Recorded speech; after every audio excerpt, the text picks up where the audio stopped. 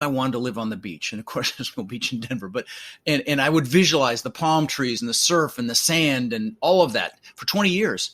20 years later, I built this $8 million, 10,000 square foot mansion on the beach. I had the beach on one side. It was called a Gulf to Bay. So I owned the bay side as well. So I had my boat lifts on the backside and had the beach on the other side. And that was unthinkable when I was 18. But again, there's a power of visualization. I would visualize it, and I made it happen.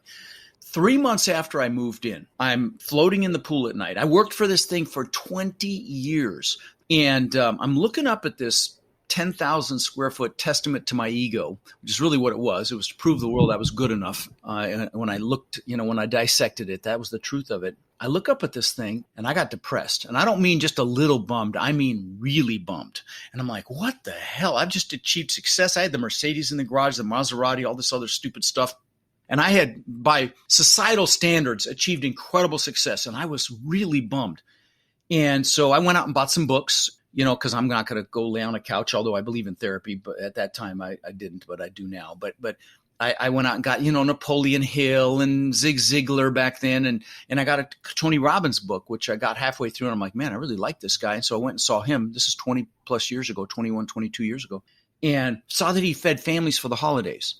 And I'm like, what a concept, do something for someone else. Cause I'd been totally focused on me. And so there were several things going on back then when I was depressed. So let me talk about those real quick. One of them was you should never achieve a big goal without having other goals lined up behind it. Like the good book says, without a vision, the people perish. You need a vision for the future. And I didn't know what I was going to do next. So that's number one. Second thing we talked about earlier, it's never about the goals. Happiness comes from progress and growth. And I didn't know what I was going to do next. And you've got to acknowledge that progress, even a little bit, just a little bit. Every week you should look back at the previous week and say, okay, good job. You did that. Even it's a minor thing. So it's about progress and growth. But the big thing was I've been totally focused on myself.